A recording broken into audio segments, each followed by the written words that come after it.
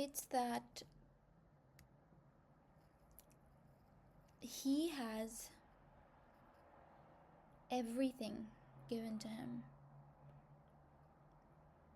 He has enormous privilege. He has love, he has money, he has status, he has job, he has a big family. And on top of that, he has true love with the girl that he loves, and he has true love later where two women love him. So it's just abundance, right? His life is just all abundance, but he represents death. Like, he represents the opposite of life. He takes the abundance and it wilts in his life. Why? Despite having everything, he represents death. And the women who love him, if you think about it, she also lost him. Paro lost him. Paro lost Devdas, so they're equally in grief. But she represents life because she is allowing the love to nourish her life. And that's the difference.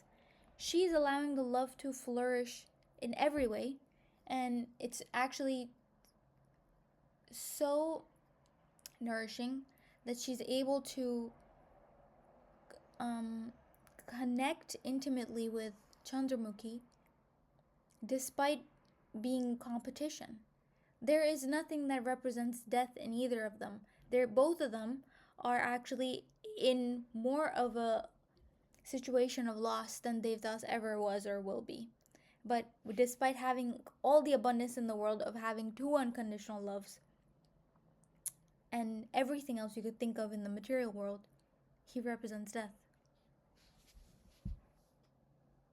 And despite not having his love, both women are flourishing because they represent life. Because it's not about what you have in life and what you receive and whether you get what you desire. It's not about the situation or the circumstance, because Paro and Devdas were in the same situation and circumstance. Actually, they both equally love each other and they were both devastated. But what it's about is whether you move forward in life with the feeling of death or the feeling of life. In your life, do you represent death or do you represent life? Where you walk, does life flourish or does it wilt? Regardless of what you have in your life, where you're walking, what your path is. It's not about whether you're receiving your desires. It's not like outwards in, it's not external in, it's internal out. What are you doing to the environment?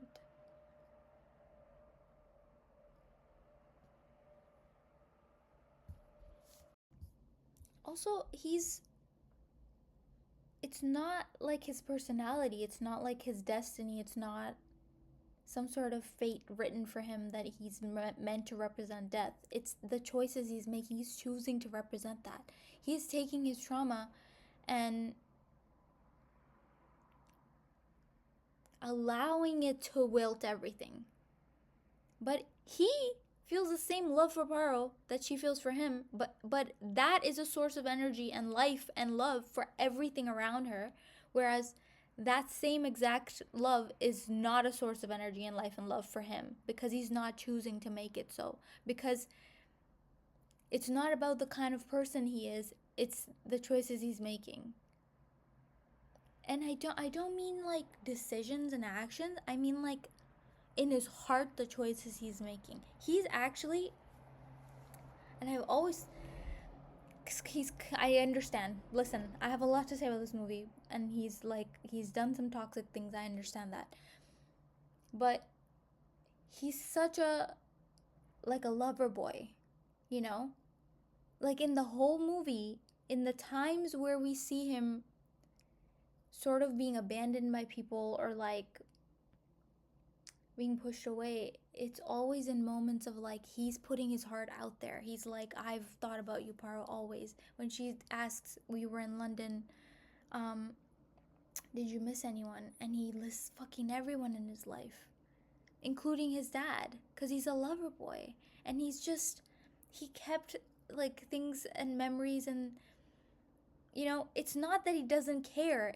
He loves everyone. He has the same source of love. It's a fountain of youth and love. It's like, but why is he allowing it to represent death?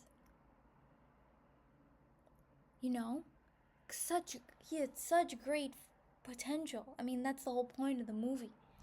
But like he just genuinely cared about everyone and respected everyone, and it's not about who he was. It's like a choice he made in his heart to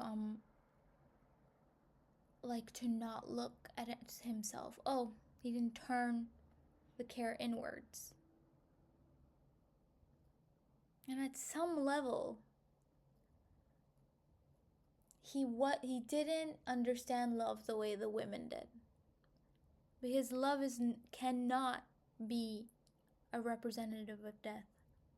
Because no matter what happens, whether you lose a person or they marry someone else or whatever the hell, true love does not represent death. Because love exists outside of the situations that are happening in the material plane, right? Love is like this feeling out here. And whatever garbage is happening is like irrelevant. Whether you get together with the person or you don't, it's irrelevant to the feeling of love. And yeah, at some level he didn't understand it. Because had he understood it, he would have also flourished. Because he still had love in his heart for Paro. It's not that the love left.